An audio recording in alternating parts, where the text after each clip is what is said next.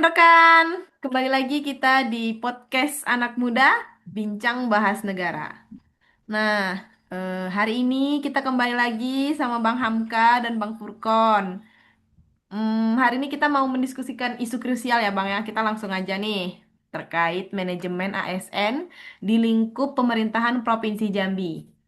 Nih, kalau kita berdasarkan pantauan dari BKD Provinsi Jambi dan media lokal dalam beberapa bulan terakhir, kita melihat adanya tindakan tegas berupa pemberhentian tidak dengan hormat atau PTDH nih terhadap beberapa ASN nih. Langsung aja nih Bang, gimana pendapat abang-abang di sini nih, Bang Hamka atau Bang Furkon duluan nih? Ya, sebelumnya ini dulu ya. Halo, saya Hamka. Terkait PTDH ya. Iya betul. Benar sekali ya Rani ya. Saya Mm-mm. mencatat ada fakta bahwa di awal tahun 2026 ini, Mm-mm. setidaknya ada 3 ASN nih yang resmi dipecat. Betul. Isu utamanya adalah pelanggaran disiplin berat, yaitu tidak masuk kerja tanpa keterangan dalam waktu yang lama. Dan ada juga yang tersandung kasus hukum. Oh. Gimana Bang Furkon? Oke, baik. Saya Purkon. Selain masalah disiplin kehadiran, Mm-mm. saya juga melihat isu netralitas ASN yang sempat hangat saat transisi kepemimpinan ini. Di saat transisi kepemimpinan daerah kemarin, manajemen ASN kita di Jambi sedang diuji Mm-mm, betul. antara penegakan aturan yang kaku dengan upaya pembangunan sistem merit yang sedang digalakkan oleh pemerintah. Oke, oke nih Bang. Kita coba bedah dulu nih datanya nggak? Bang Hamka nih, menurut Abang nih, apa saja data valid yang bisa kita jadikan dasar untuk diskusi kita hari ini?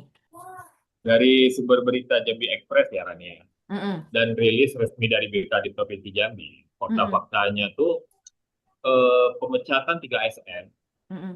karena melanggar PP 094 tahun 2021 tentang disiplin Hmm, PNS dengan alasan dua mm-mm. orang mangkir kerja lebih dari 28 mangkirnya itu 28 hari kerja secara kumulatif ya.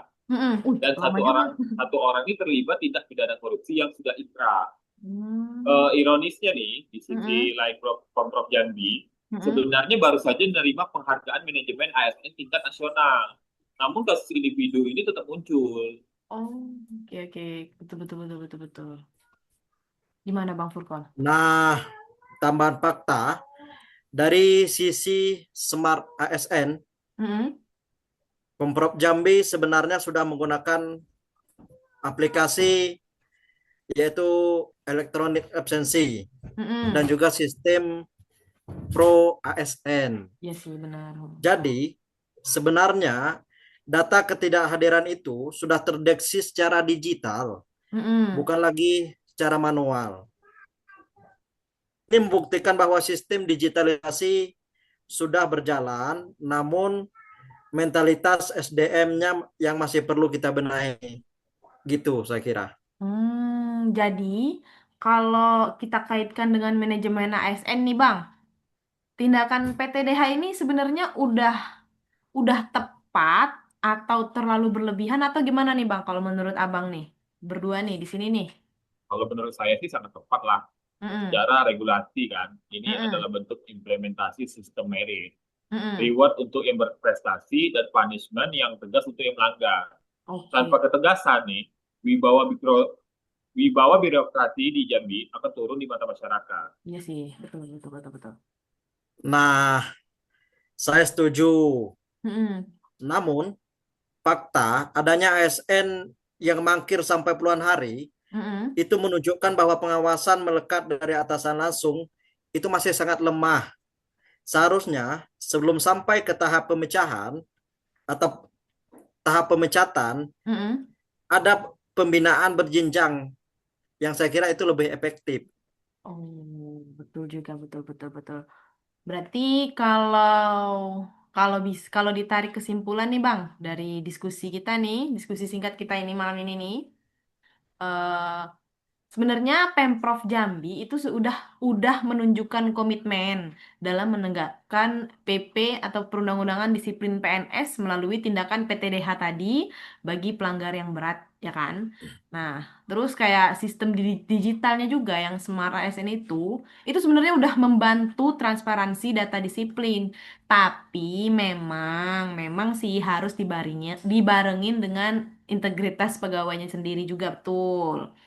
eh kita kalau dari sini sih saran-saran memang dari abang berdua tadi, dari Bang Hamka dan Bang Furkon tadi, kalau kita dikumpulin itu perlu penguatan pengawasan nggak sih yang harus melekat oleh kepala OPD-nya itu sendiri masing-masing agar bibit indisipliner itu bisa ditekan sebelum menjadi pelanggaran yang berat.